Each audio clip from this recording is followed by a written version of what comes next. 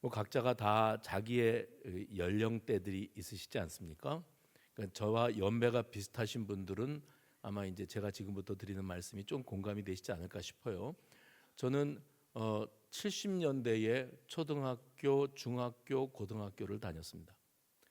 80년대가 시작되면서 대학교를 들어갔고 대학원까지 7년을 공부를 했고 군대 생활을 했습니다.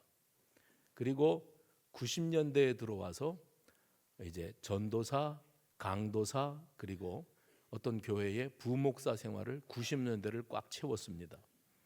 99년도 6월 첫째 주일에 수원으로 이사 와서 2000년대를 맞이했고 2000년, 2010년대, 2020년대 지금 중반에 와 있죠.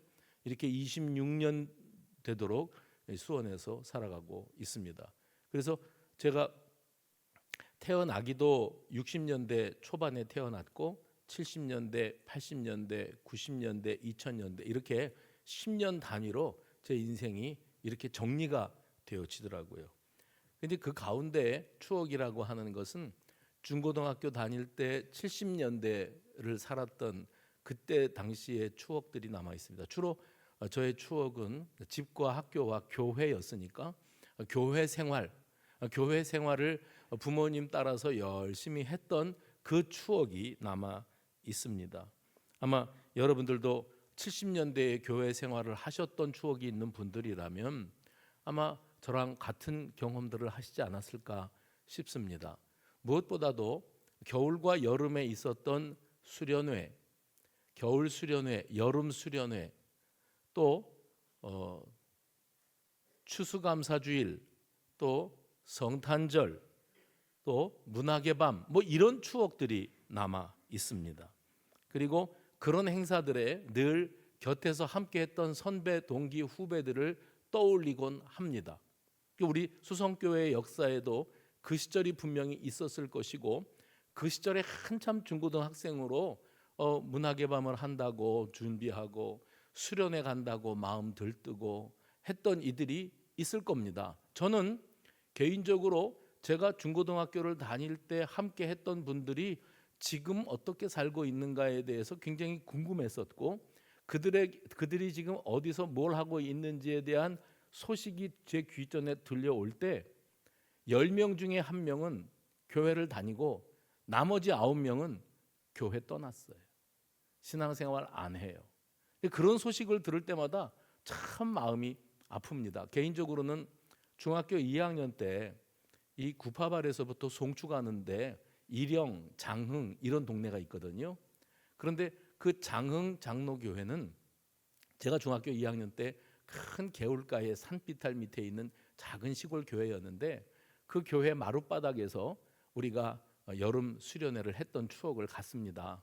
선배 형님들은 고등학생들이고 우리 친구들은 다 까까머리 중학생들인데 같이 뛰어다니며 뭐 놀고 또 장난치고 그렇게 여름 수련회는 그냥 즐거운 추억거리니까 그렇게 시간을 보냈던 때가 있었는데 어쩌려고 그랬는지 하나님께서 중학교 2학년짜리 저를 부르셨어요. 그래서 그 전도사님 강사로 오신 전도사님이 말씀을 아주 열정적으로 선포를 하셨던 기억이 있고 그 말씀을 제가 한눈 팔지 않고 아주 새겨 듣고 그 마음 가운데 충격이 있었던 것 같습니다.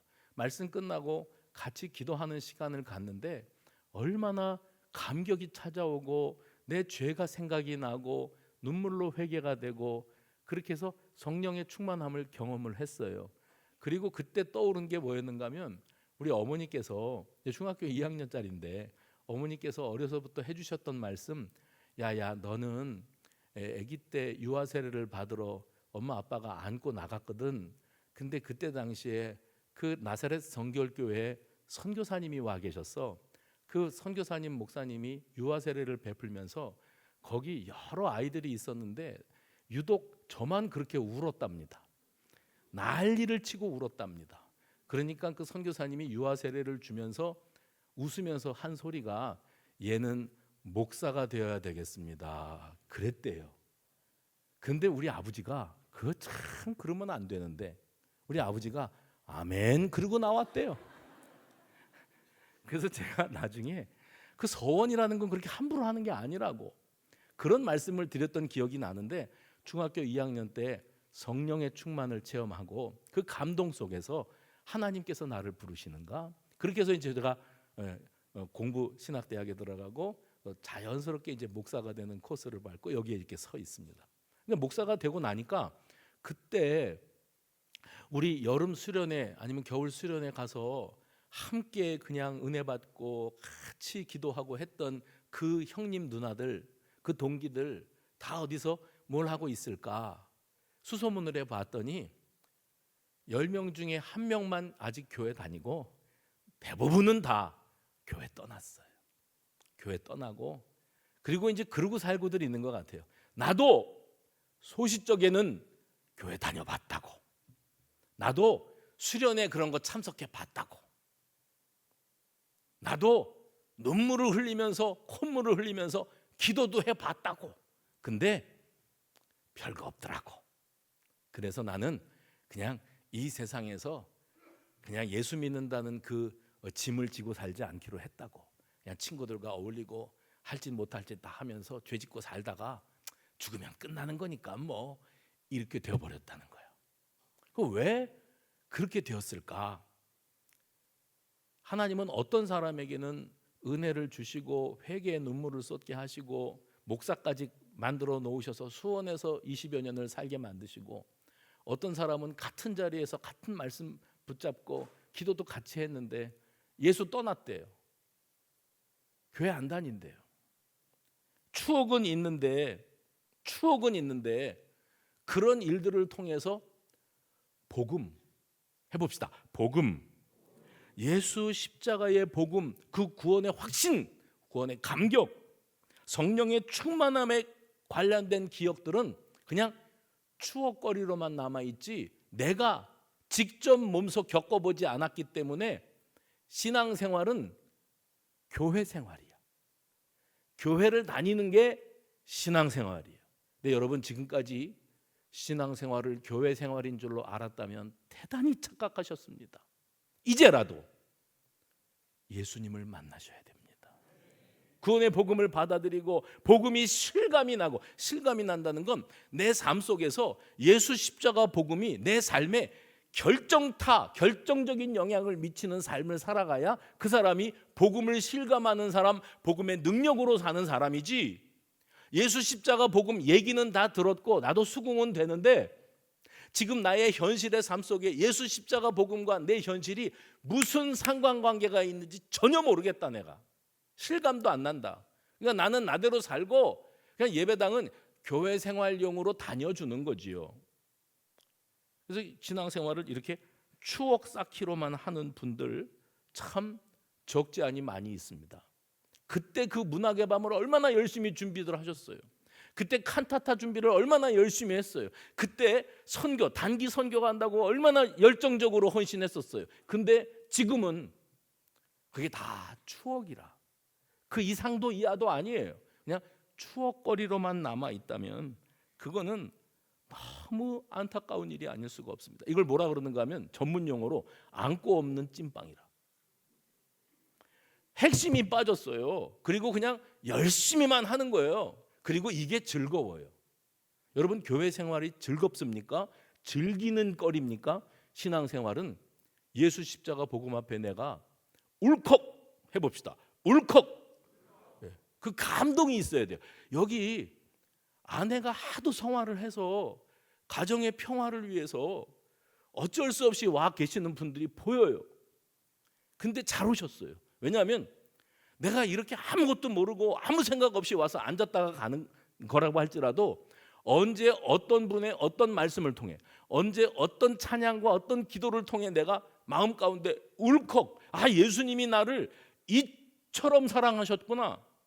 내가 받은 구원의 은혜가 이런 은혜구나 하는 것이 실감 내 마음에 와 닿고 내 심장을 예수 십자가로 관통이 되어질 때 울컥 그걸 경험하면 끝나는 겁니다. 이게 신앙생활로 넘어가는 거예요. 지금 이 자리에 앉아 계시는 분들 가운데 목사가 왜 저 소리를 하나 그분 한 분 들으라고 하는 소리가 아니라 적지 않은 분들이 어쩌면 대부분의 사람들이 교회 생활만 하고 있습니다. 신앙생활로 넘어가시기를 주님의 이름으로 축원합니다. 2025년도에는 신앙생활 좀 해보자. 예수 좀 만나보자. 구원의 간격이라는 게 뭔지, 복음이 내 삶 속에 실감이 되고 내가 그 복음의 능력으로 살아내는 그 삶이 어떤 건지를 내가 꼭 좀 맛 좀 보자 하는 그런 열망과 또 뜨거운 사모함이 있을 때 주님이 반드시 만나 주실 줄로 믿습니다. 왜냐하면 목회하는 과정 가운데에서 전혀 예수 못 만날 것 같은 사람, 아니 자기가 이를 악물고 안 믿어지는 걸 나보고 어쩌라고, 나도 믿고 싶어, 안 된다니까 이러는 분들이 회가닥 뒤집어지는 걸 수없이 봤어요. 하나님이 하시더라고요. 그래서 이 성령의 충만함이라는 게 뭔지, 복음의 능력에 사로잡혀서 신앙생활을 한다는 게 뭔지를 여러분들이 꼭 경험하실 수 있기를 간절히 소망합니다. 송구 영신 예배 때 지난 1년 2024년도에 무슨 일이 있었을까요? 그리고 이제 이렇게 영상을 틀었지 않습니까? 근데 이제 동계 수련회, 하계 수련회, 그 수련회, 성경 캠프 어린이들, 중고등 학생들 수련회, 또 여름 수련회 했던 장면들, 청년 수련회 집회 장면들이 쭉 나오는데 그 편집을 그렇게 했더라고요. 맨 게임하고 레크레이션하고 뛰어놀고 깔깔대고 웃고. 그래서 제가 이분한테 물었어요. 수련회 가가지고서는 맨 레크레이션만 했습니까? 그랬더니 아니래요. 찬양도 뜨겁게 했고 말씀도 열심히 전했고 다들 은혜 받고 그랬대요. 여러분 청년들 수련회 다녀왔죠? 다 뭐라고 물어보셨어요? 어땠어? 좋았어? 수련회 갔다 오면 뭐가 좋은 겁니까? 좋았어 엄마. 이번에 수련회 게임이 너무 신바람 나더라고. 그게 수련회가 좋은 게 재미있게 그 시간 2박 3일이 지나가는 게 수련회가 좋았던 게 아니고, 내가 이번에 엄마 예수님 만났어. 아멘 안 해도 뭐 상관없어요. 내가 여태 엄마 때문에 아버지 때문에 어쩔 수 없이 교회 다녔잖아. 근데 이번 수련회에서 내가 말씀 받으면서 큰 은혜를 받는데 그게 충격적인 은혜였어. 그래서 기도하자고 그러는데 다들 그냥 뜨겁게 기도하는데 나도 마음 가운데 뜨거운 게 뭔가가 울컥 올라오더라고. 그 나도 모르게 막 주책 없이 눈물이 쏟아지고 회개가 되더라고. 그 주님 만나는 기쁨과 감격이 뭔지를 내가 어렴풋이 경험해 봤어. 주님이 나를 만나 주신 것 같아. 그러면 끝내는 건데 그게 아니야. 수련회 좋았어? 좋았어. 밥이 맛있더라고. 게임이 재밌더라고. 마음에 드는 자매를 내가 발견을 했다니까. 이게 수련회가 좋은 게 아니에요. 근데 여태 저랑 연배가 비슷하신 분들이 신앙생활을 어떻게 해왔는가 하면, 우리 때 그랬지 않습니까? 남녀 공학이 뭡니까? 다 남자들은 시꺼먼 남자들끼리, 여자들은 또 여자들끼리 그렇게 학교 다녔는데, 자매들 만나고 또 남자들 만나려면 맨 교회 중고등부 생활을 해야나 뭐 힐끔힐끔 쳐다보고. 그래서 연애당이라고들 그러지 않았어요? 그때 당시에. 그게 예수 믿는 목적, 그게 교회 다니는 이유가 되어서는 안 되지요. 그런데 그렇게 교회를 호기심에 찾아갔다가 예수 제대로 만난 사람들도 적지 않아요. 근데 적지 않은 사람들은, 또 아주 많은 사람들은 그냥 그걸로 끝이에요. 교회 생활은 추억 쌓기. 내가 지금 비록 예배당에 와서 앉아서 교회에서 집사도 되고 권사도 되고 장로도 되고 했지만, 그냥 내가 지금 떠올리는 거는 그때 당시에 교회 생활할 때 아무개가 있었고 무슨 일이 있었고 그때 그랬지. 그게 중요한 게 아니고, 그때 내가 예수를 만났지. 그 주님이 내 인생의 중심에 확 자리를 잡으셨지. 내가 그때 내 인생의 핸들을 꽉 움켜쥐고 살았었더라 했는데, 우리 주님께 온전히 내 인생의 핸들을 맡겨드렸지. 그때 주님께서 지금까지 내 인생을 이렇게 이끌어 오셨어. 그럼 어떤 상황을 만나도 복음에 집중하고 예수 십자가에 집중이 되어야 그 사람을 두고 신앙인이라, 크리스찬이라 그러는 거지. 교회 생활 부지런히 하고 있다고 그 사람을 크리스찬이라고 말하는 것은 아닌 겁니다. 예수 십자가 복음이 와닿지도 않고 내 삶에 아무런 영향을 미친 적이 없다면, 앞으로 우리 교회에서 성장하고 있는 어린이들, 청소년들, 청년들 다 훗날 나도 예전에 교회 다녀봤어. 수원에 있을 때 수성교회 다녀봤어. 그 수성교회 다닐 때 내가 청년부 임원도 했는 걸, 소그룹 리더도 했는 걸, 추억 쌓기. 그런데 지금은 뭐 교회 방학하고 쉬고 있지 뭐. 언젠가 가긴 가야지. 교회는 취미 생활하러 오는 데가 아니에요. 이 교회 안에 아직도 복음과 아무 상관도 없이 그냥 교회 생활 자체만으로 행복해하고 있는 사람들이 있다는 사실을 여러분 아십니까? 사도 바울이 살던 시대에도요, 사람들이 교회를 찾았어요. 그런데 교회에서 만나는 사람들마다 교회를 바라보는 시각이 다 달랐대요. 고린도전서 1장 22절 23절에 보시면 이렇게 되어 있습니다. 유대인은 표적을 구하고 헬라인은 지혜를 찾으나 우리는 십자가에 못 박힌 그리스도를 전하니 유대인에게는 거리끼는 것이요 이방인에게는 미련한 것이로되. 그러니까 예수를 복음을 전하는 사람들을 만났을 때 유대인들이 기대하는 것은 뭐냐면 표적이에요. 예전에 예수가 죽은 자도 일으키시고 병든 자들을 고치고 오병이어의 기적을 일으키고 했단다. 그러면 우리도 좀 보여달라고 예수님 시대에 예수님을 따라다니던 적지 않은 사람들이 다 표적을 구했습니다. 내 눈앞에서 그 이적을 한 번만 더 보여달라고. 헬라인들은 지혜를 찾으니, 그런데 그들에게 뭘 줬대요? 표적과 지혜를 구하는 유대인 헬라인들에게 예수 십자가에 못 박히신 그리스도를 전했더니 유대인들은 매우 불편하게 받아들였고 거리끼는 것이에요. 거리끼는 것, 불편하게. 왜냐하면 자기들이 십자가에 못 박았거든요. 그리고 헬라인들, 이방인들은 들을 때 이건 또 뭔 봉창 두드리는 소리냐, 미련한 소리로 들렸다는 거예요.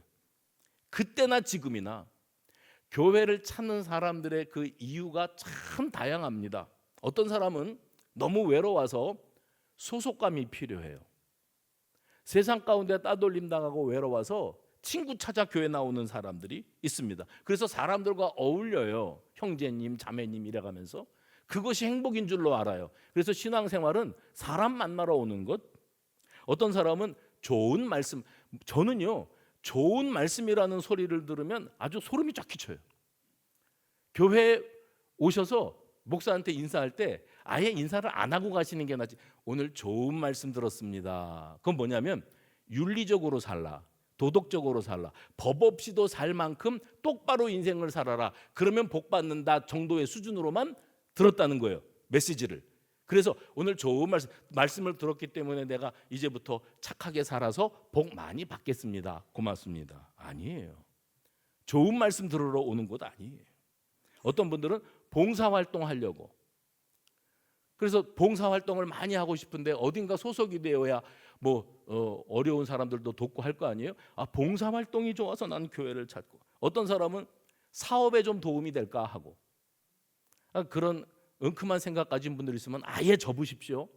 내 생계에 도움이 될까 하고 교회를 나오는 분들도 있고, 어떤 분들은 내가 받은 은사, 달란트가 있는데 이걸 발휘하기 위해서 교회를 나오는 분들도 적지 않습니다.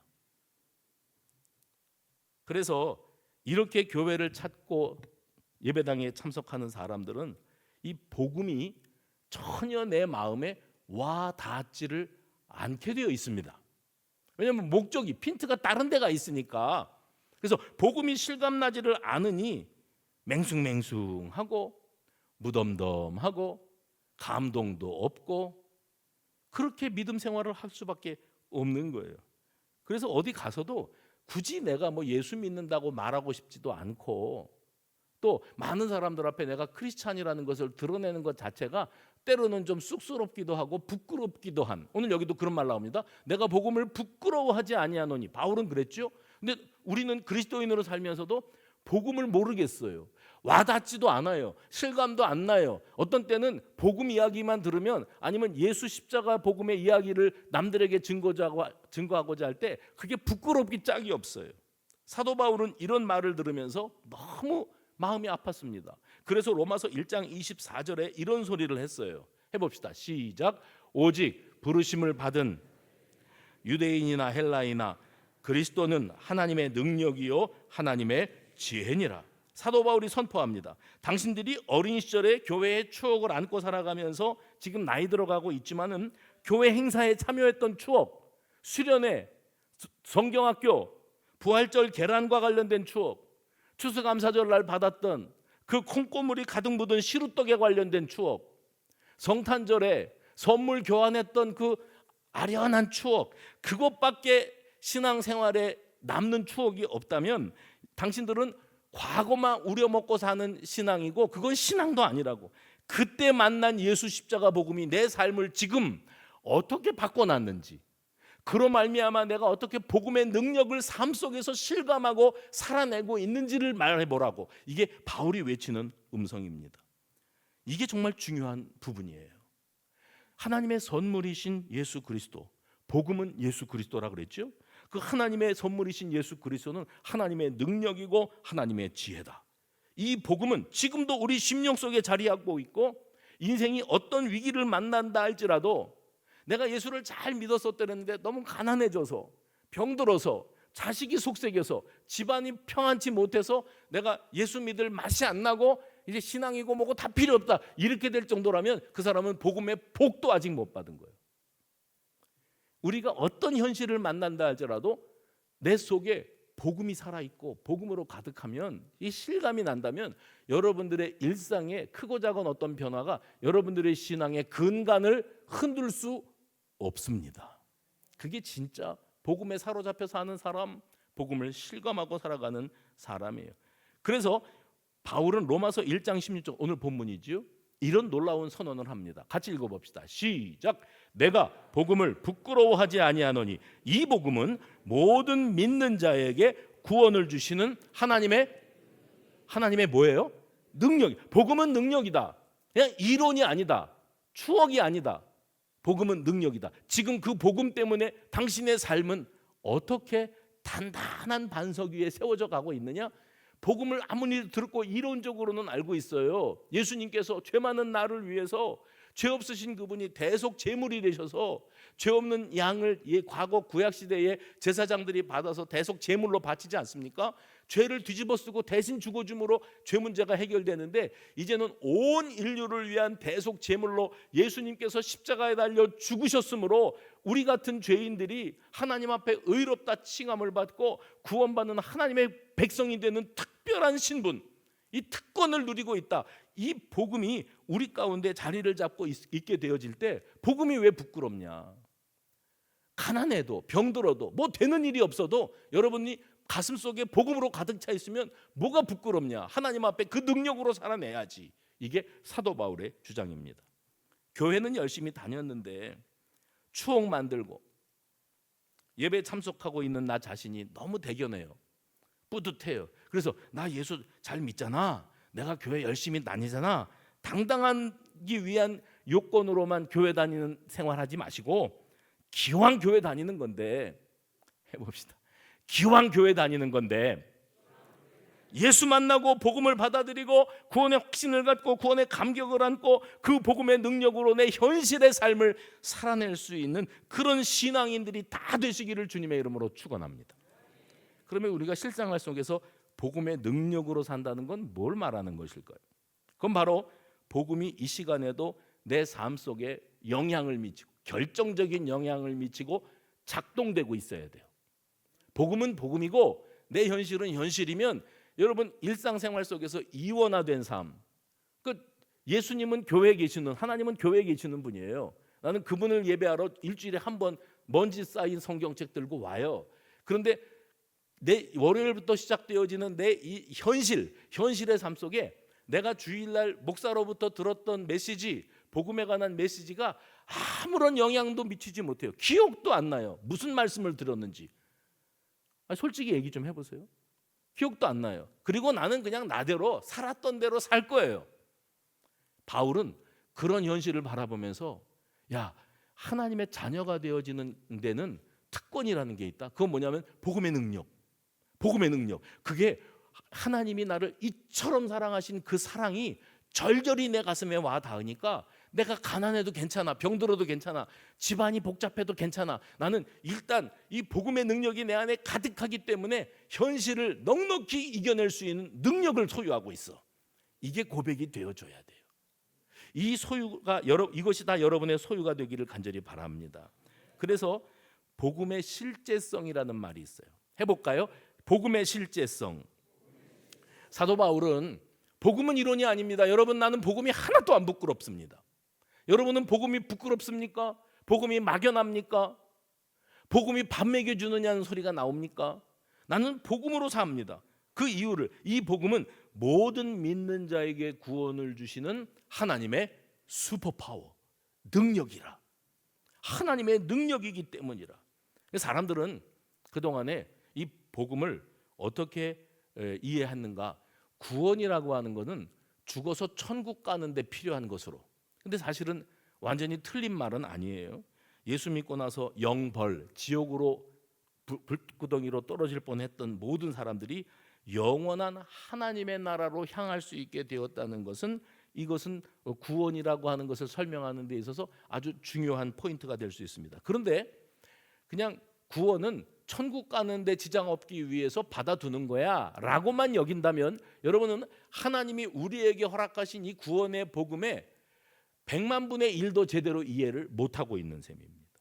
복음은 오늘 이 시간에 내가 겪는 삶의 현실 속에서 써먹을 수 있는 실제적인 능력인 줄로 믿으시기를 바랍니다.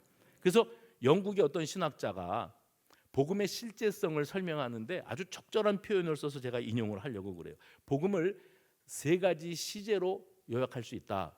시제, 과거와 현재와 미래로 설명할 수 있다. 이렇게 그는 말했습니다. 사람들은 구원을 죽음 이후에 받을 미래적인 일로만 여기고 있지만, 사도 바울의 글을 묵상해 보니까 그건 구원받는다는 것은 미래적인 것만 말하는 것이 아니고, 그것은 곧 현재를 향하고 있고, 사람들이 죄악의 속박에서부터 건져냄을 받고 하나님의 백성이 이 괴로움과 박해에서부터 벗어날 수 있게 하는 능력이 복음 안에 있었다. 그래서 구원의 복음은 미래적인 것일 뿐만 아니라, 죽어서 천국 가는 거예요. 미래적인 것일 뿐만 아니라 현재적인 것임도 잊으면 안 된다. 그리고 그가 이런 결론에 도달합니다. 복음으로 인하여, 잘 들으세요, 복음으로 인하여 우리는 구원을 받았고, 과거지요. 복음으로 인하여 우리는 구원을 받고 있으며, 현재지요.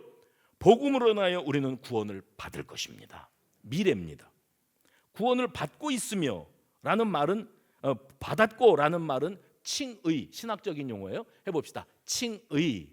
우리는 의로울 구석이 없어요. 의롭지 않은 사람들이에요. 죄악으로 가득한 사람들이에요. 생각하는 것이나 말하는 것이나 모든 것이 더럽기 짝이 없어요. 우리 자신이 그걸 알지 않습니까? 그런데 하나님은 어쩌자고 우리를 너는 의로운 나의 자녀야 이렇게 말씀하세요. 그럼 의롭지 않은 나를 왜 의롭다고 하세요? 예수님 십자가를 통해서 나를 바라보시는 거예요. 그래서 나를 의롭다고 하셨어요. 그래서 구원을 받고 있으며, 성화라고 하는 것은 뭐냐면 이제 구원을 받을 것이다. 구원을 받고 있으며 라는 말은 성화를 말하고, 구원을 받을 것이다 라는 것은, 해봅시다, 영화. 칭의, 성화, 영화의 단계로 과거와 현재와 미래를, 우리가 받은 구원의 복음을 이렇게 설명을 했습니다. 이 땅 위에 오신 예수 그리스도 십자가로 인해서 우리는 이미 의롭다 하심을 받았는 줄로 믿으시기를 바랍니다. 근데 성화는 뭐냐면 현재적인 개념이에요. 예수 십자가로 구원받은 우리가 이 땅에 살아가는 내내 죄악의 유혹과 싸워내야 됩니다. 얼마나 우리가 넘어질 일들이 많습니까? 근데 점점 우리가 이 신앙, 경건의 자리를 지키면서 예배드리면서 우리가 최종 목적이 어디 있는가 하면 예수 닮아가는 거예요. 어디에 있다고요? 예수 닮아가는 거. 우리 교회 학교 어린 생명들을 지도하는 최종 목적이 뭐냐면 예수 닮은 아이로 키워내는 거예요. 예수 닮아가며 거룩해져가는 삶을 살아내는 일입니다. 여기에 물컵에 물이 들어있는데, 여기에 들어있는 물을 복음이라고 그러고, 그리고 이 빈 공간을 우리에게 주어진 세상의 가치, 삶의 현실이라고 말해봅시다. 내 삶이라고 하는 이 컵 안에 복음이 가득 채워져가는 과정, 이게 성화예요. 어떤 사람은 이 컵 안에 10%만 물이 차 있고 나머지는 빈 공간이에요. 어떤 사람은 이 컵 안에 90%가 물이 가득 차 있고 10%만 빈 공간이에요. 사람마다 복음의 영향을 받고 복음을 실감하고 살아가는 범주가 다르다는 이야기입니다. 쉽게 말하면 어떤 사람은 그리스도인이기는 한데 겨우 10% 복음의 영향을 받고 90%는 세상의 가치관과 영향력 아래 사로잡혀 살아갑니다. 반면에 나중에 어떤 사람은 이 컵 안에 90%로 복음이 가득하고, 여러분 그렇게 되시기 바랍니다. 90% 100%로 복음이 가득해져서 세상을 이 복음의 능력으로 살아내기를 시작하다 보니까 예수 닮은 사람이 되고, 경건한 사람, 성화되어가는 사람, 해봅시다. 성화되어가는 사람, 거룩해져 가는 그리스도인으로 살아갈 수 있는 거예요. 그래서 지금 이 순간에 우리는 성화의 길을 걷고 있어요. 이 싸움을 싸우고 있는 겁니다. 복음의 능력이 내 삶을 좌지우지할 수 있도록 복음의 능력으로 꽉 채워진 사람으로 살아갈 때 내가 비로소 예수 닮은 사람, 예수의 제자의 길을 걸을 수 있는 거지. 예수 믿는다고 하면서 이 컵 안에 복음은 10%도 차지 않고 나머지 다 세상의 가치관과 세상적인 기준으로 내 삶을 방향을 틀어가고 살아가고 있다면 그냥 겉보기에는 크리스찬인데 그의 삶의 실상은 복음과는 상관없는 사람, 복음의 영향을 전혀 받지 않고 살아가는 그런 사람이 될 수가 있다는 거예요. 그래서 무서운 겁니다. 내가 신앙생활을 수십 년 했고 몇 대째 신앙생활이라고 그거 우려먹고 사는 분들 많이 만났거든요. 내가 신앙생활을 오래 했더니 사람들이 나보고 참 믿음 좋다고, 그래서 서리 집사도 했다가 안수 집사도 됐다가 권사도 되고 장로도 되고, 그래서 중직자가 되었는데, 존경받는 중직자였는데 알고 보니까 그 사람 이 컵 안에 물이 10%도 안 찼어요. 공기만 가득해요. 반면에 어떤 사람은 초신자나 다름이 없는데 예수님을 인격적으로 만났어요. 예수님을 인격적으로 경험하고 구원의 감격과 구원을 실감하고 살아가면서 내 인생의 컵 안에 복음으로 가득 차요. 그렇게 되시기 바랍니다. 복음으로 가득 채워져 있는 사람, 그래서 복음의 능력은 같은 자리에서 예배를 드리고 있어도 여기서 갈려버리는 겁니다. 이걸 기억하십시오. 그래서 성경에 그런 말씀이 있는 거예요. 먼저 된 자가 나중되고 나중된 자가 먼저 되는 일도 있느니라. 그 소리가 여기 있는 거예요. 그러므로 우리는 이 구원의 복음의 현재적인 개념, 성화의 삶을 살아가기 위해서 말씀과 기도로 무장되어야 돼요. 그러니까 말씀 듣는 자리에 여러분 열심히 참석하십시오. 제가 지난주에도 말씀드렸죠.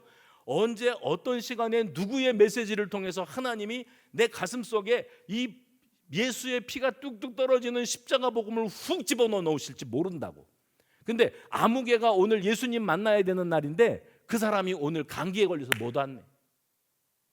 그 사람이 어머니 만나 뵈러 요양병원 찾아뵙고 시골 가느라고 오늘 예배에 참석을 못했네. 여러분이 그동안 주일 예배를 드린 날도 있고 안 드린 날도 있으셨죠? 제가 단언하건대 여러분이 주일날 예배 빠진 그날에 여러분 말씀이 선포됐어요. 근데 나는 못 들었어. 그러고 사는 거예요. 신앙생활을. 예수 믿어도 뭐 추억 쌓기지 뭐 재미진 거지 뭐. 밥이 맛있더라고 이 교회는. 그게 신앙생활이 아니고 우리 주 예수 그리스도를 온전히 내 중심에 모셔드리고 내 삶의 핸들을 내가 꽉 움켜쥐고 사느라고 충돌 사고 나고 차선 변경 또 사고 나고 뒤집어지고 불나고 난리가 나잖아요. 그 핸들을 주님 앞에 완전히 맡겨드렸어요. 내가 복음을 받아들인 다음에 내 인생은 나의 것이 아니었습니다. 우리 주님이 내 인생을 살아주셔야 되는 겁니다 하고 주님께 맡겨드렸더니 주께서 우리를 안전한 길로, 온전한 길로 인도하시는 줄로 체험하시기를 간절히 바랍니다.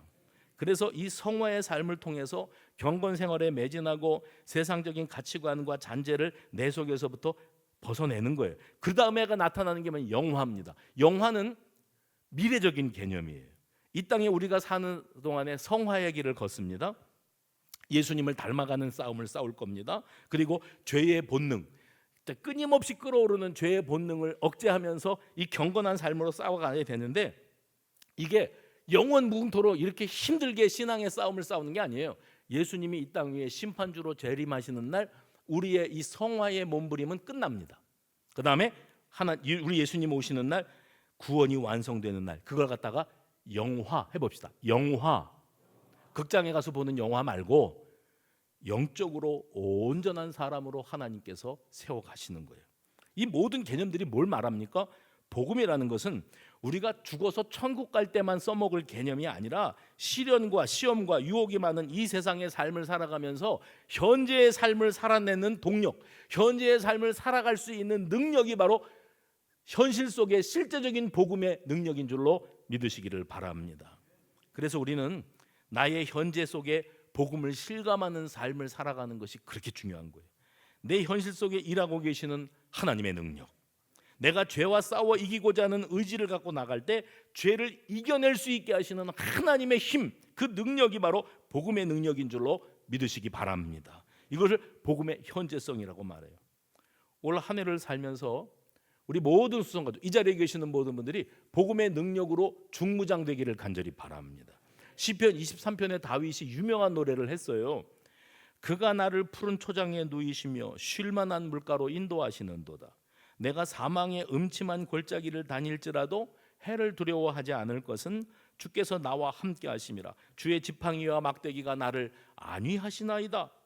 이 말씀들은 복음의 현재성을 말하고 있습니다. 현재. 그런데 이 고백들이 나의 현재의 삶의 능력이 될 수 있어요. 주의 지팡이와 막대기가 나를 안위하십니다. 내가 사망의 음침한 골짜기를 지나도 두려워하지 않습니다. 왜냐하면 나는 그 복음의 능력으로 무장되어 있어서 내 삶을, 현재의 삶을 살아낼 만한 능력을 가졌습니다. 성화예요. 근데 6절 말씀에 보면 이렇게 되어 있습니다. 내 평생에, 한번 읽어보세요. 시작.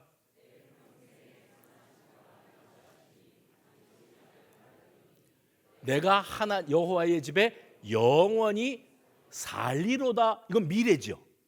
미래를 이야기하는 겁니다. 현재의 내 삶을 매 순간 쉴 만한 물가로 인도하시는 주님, 지팡이와 막대기로 나를 지켜주시는 그 주님, 그 선하심과 인자하심으로 평생을 함께 하실 주님과 동행하며 살아갈 수 있는 이유는 미래에 내가 여호와의 집에 들어가 영원히 살리라는 확신, 소망을 가지고 있기 때문입니다. 반지하, 단칸, 월세방, 곰팡이가 나고 햇볕도 하루에 들어올까 말까 하는 그런 집에 사는 사람이 현실의 삶이 너무 버거워서 살맛이 안 나요. 남들을 보면 삐까번쩍하게 사는 것 같은데 나만 왜 이러고 사나 하는데, 사람들이 그를 보니까 이 사람이 비참하지 않아요. 주눅들지 않아요. 환한 미소를 짓고 있어요. 왜냐하면 이 동네가 재개발이 되는 거예요. 이제 그래갖고 아파트가 이제 지어질 거예요. 지금 우리 동네도 길 건너 지금 아파트들 올라가지 않아요? 그러면 지금 내가 여기에 거하고 있는 것은, 해봅시다, 임시 거처. 왜냐하면 미래는 내가 새로 지은 새 아파트에 들어가서 살 거예요. 살 거래도요. 근데 지금 내가 반지하에서 곰팡이 냄새 풀풀 나는 데서 월세를 내면서 허덕이고 살아도 절대 주눅들지 않아요. 왜냐하면 내가 여호와의 집에 영원히 살리로다. 그걸 바라보고 있기 때문에 예수님께서 이미 승리하셨고 그 승리의 복음은 곧 나의 현실인 것을 실감하고 살기 때문에 눈물 흘리며 질질 짜며 왜 나는 되는 일이 없냐, 하나님이 살아계시면 나를 왜 요 모양 요 꼴을 만들었냐, 그딴 소리 안 해요. 왜요? 이미 구원의 복음이 나에게 하나님의 나라 천국을 약속해 주셨어요. 이것이 너무나도 확실하기 때문에 복음을 내 현실의 삶, 가난하다니까요, 병들었다니까요, 집안 꼴이 말이 아니라, 그래도 그것 때문에 복음은 흔들리지 않잖아요. 그 복음의 능력으로 살아갈 수 있어요. 왜요? 미래, 앞으로 나는 저 새 아파트에 입주해서 떵떵거리고 살리로다. 이게 있는 사람이 뭐 주눅들고 뭐가 아쉬울 게 있겠어요. 여러분 만면에 미소를 짓고 큰 소리치고 살아가는 우리 수성가족들 되시기 바랍니다. 너희들이 아무리 나를 우습게 여겨봐라, 내 걱정하면서 혀를 끌끌 차봐라, 나한테는 복음이 있다. 허허, 이렇게 아멘이 작을 줄이야 상상도 못했어요. 나에게는 복음이 있다. 이게 복음을 실감하는 거예요. 제가 책을 읽다가 어떤 목사님이 자기가 읽은 책을 인용한 것을 읽었어요. 그러니까 나는 제 인용을 하는 거예요. 미국의 어떤 목사님이 자기가 전도사 시절에 주일학교 아이들을 가르쳤는데 그 주일학교에 초등학교 한 3학년 4학년 되는 어린아이가 하나 있었는데 얘가요 성경을 609절을 암송을 한대요. 그러니까 성경 609절을 암송하는 아이라서 얘를 다들 성경 박사 이렇게 불렀대요. 그런데 그 주일학교에서 헌금 도난 사건이 일어났어요. 범인을 잡고 보니 성경 박사께서 그러셨어요. 근데 이 어린 것이 아주, 그거는 손끝에 아주 희묘한 감각입니다. 미국 교회를 가보면 우리처럼 헌금함이 도는데 1달러짜리를 엄마가 준 거를 헌금함에 넣으면서 쫙 훑어서 5달러짜리로 움켜쥐고 손을 빼요. 프로페셔널입니다. 얘를 잡아가지고 전도사님이 그랬대요. 너는 성경을 그렇게 많이 암송하는 성경 박사 609절이나 암송하는 애가 출애굽기 20장 16절에 도둑질하지 말라는 말씀은 기억이 안 나더냐 이랬대요. 그랬더니 애가요, 전도사님 출애굽기 20장 16절이 아니고 15절인데요 이랬대요. 하도 기가 막혀서 그걸 아는 녀석이 도둑질을 했단 말이냐, 너 뭐 잘못했는지 말 좀 해봐. 그랬더니요, 들킨 거예요. 무섭지 않습니까? 들킨 걸 잘못했다고 생각한대요. 근데 여러분, 이게 웃을 일이 아닌 게 우리 신앙의 현주소를 적나라하게 보여주는 얘기입니다. 말씀과 나의 현실의 삶이 완전히 이분화되어 있는 우리 그리스도인들, 그렇죠? 이중생활 하잖아요. 뭘 아닌 척하고 나를 바라보셔요. 이중생활 하잖아요. 여기서는 거룩하고 은혜 받고 하나님의 백성으로 내가 그 나라에 하나님의 나라에 들리로다 이러고 사는 것 같은데, 현실에서는요, 할진 못할지 다 하고 살잖아요. 이게 우리들의 현주소입니다. 성경을 수백 구절을 암송하면 뭐합니까? 성경 박사로 살면 뭐합니까? 그 말씀이, 그 복음의 능력이 나에게 감동도 없고 실감도 안 나고 내 삶을 변화시키지도 못하고 있는데 그게 다 무슨 소용이에요? 그래서 제가 깨달은 게 있어요. 문제는 복음을 못 들은 게 아니다. 복음을 듣기는 들었는데 내 삶에 그게 와닿지 않는다는 게 문제다. 성도들이 복음과 삶을 살아내는 능력을 회복하기 위해서는 일상에서 복음이 실감이 돼야 된다. 그러기 위해서는 여러분, 복음에 대한 감격, 제가 아까 그랬죠, 울컥 했잖아요. 예수 믿으면서 단 한 번도 내가 주님 앞에서 찬양하다가 울어보고 말씀 듣다가 울어보고 기도하다가 통곡해 본 경험이 한 번도 없다면 나는 그냥 교양 과목으로 추억 쌓기용으로 교회 다니고 있는 겁니다. 꼭 예수님 때문에 눈물 흘리는 경험을 해보시기를 바랍니다. 직분과 상관없습니다. 몇 대째 신앙생활하는 거 상관없습니다. 여러분 친구가 목사하고 친구가 장로인 게 뭐 여러분하고 무슨 상관이 있습니까? 내가 예수 복음으로 가득하고 그 복음을 실감하고 복음의 능력으로 살아내야 그게 진짜 그리스도인이 되는 거예요. 로마서 1장 21절에 사도 바울은 너무 안타까워서 하나님을 알되 하나님을 영화롭게도 하지 아니하며 감사하지도 아니하며 오히려 그 생각이 어떻게 돼요? 허망하여지며 미련한 마음이 어두워졌나니. 교회는 열심히 다니고 신앙생활을 한다고 했는데 하나님을 안다면서요. 근데 하나님을 영화롭게 하지 않아요. 그 하나님의 은혜에 감사한 적도 없어요. 오히려 생각이 딴 데가 있어요. 마음이 허망해져서 미련하여져 가고 있었다. 복음의 빛 가운데 살지 못하고 있는 그리스도인들의 딱한 현실을 두고 사도 바울이 생각이 허망하여지고 미련한 마음이 어두워진 사람이다, 이렇게 정의를 내렸습니다. 근데 바울의 인생은 정반대였어요. 빌립보서 1장에 보면 사도 바울이 복음을 전하다가 누명을 뒤집어 쓰고 감옥에 갇혔거든요. 근데 바울의 경쟁자들이 있었어요. 그래서 바울이 감옥에 들어갔다 그러니까 이 경쟁자들이 어떤 마음을 가졌는가 하면, 바울을 마음 괴롭게 하고 조바심이 나게 만들기 위해서 우리가 바울이 감옥에 있는 동안에 우리가 치고 나가자, 열심히 복음을 전하자. 그거는 순수한 마음이 아니죠.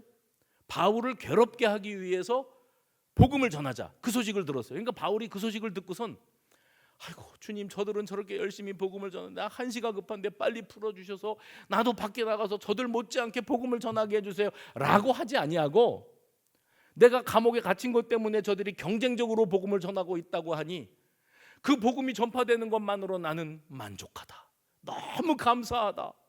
그들이 순수한 뜻으로 했던, 악한 목적으로 했던 상관없다. 전파되는 것은 그리스도니 그로 말미암아 나는 만족하고 감사하다. 이게 바울이에요. 그러니까 복음에만 집중하는 거예요. 복음에만. 여러분, 현실에 매몰되지 말고 복음에 집중해 보시기 바랍니다. 그러면 그 복음을 실감하는 그리스도인을 통해서 내가 변화되고 가정이 변화되고 사회가 변화되고 민족이 변화되는 거예요. 한국 교회가 무능력한 교회로 굴러 떨어지게 된 이유가 어디에 있습니까? 추억 쌓기만 하고 있는 거예요. 우리가 추억 쌓기. 교회 다니면서 내가 찬양대도 했지, 부엌에서 밥도 했지, 수련회도 참석했지, 크리스마스 때 재미났지. 그게 교회 생활이 아니에요. 그게 신앙 생활이 아닙니다. 주님을 만나야 돼요. 주님 만나시고 그 주님이 나를 사랑하신 그 사랑의 감격, 울컥하는 그 감동을 맛보고 그 복음을 실감하며 살아가는 우리 모든 수성 가족들이 다 되어지시기를 주의 이름으로 축원합니다. 하나님.